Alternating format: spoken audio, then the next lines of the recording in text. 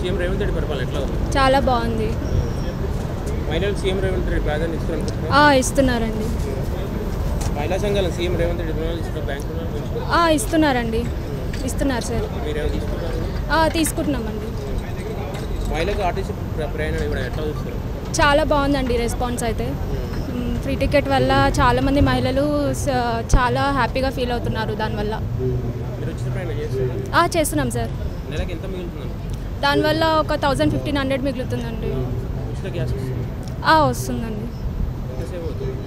దాంట్లో ఒక 500 అలా 5000 రూపీస్ అలా సేవ్ అవుతుంది. 200 యూనిట్ కరెంట్ వస్తుంది? వస్తుందండి.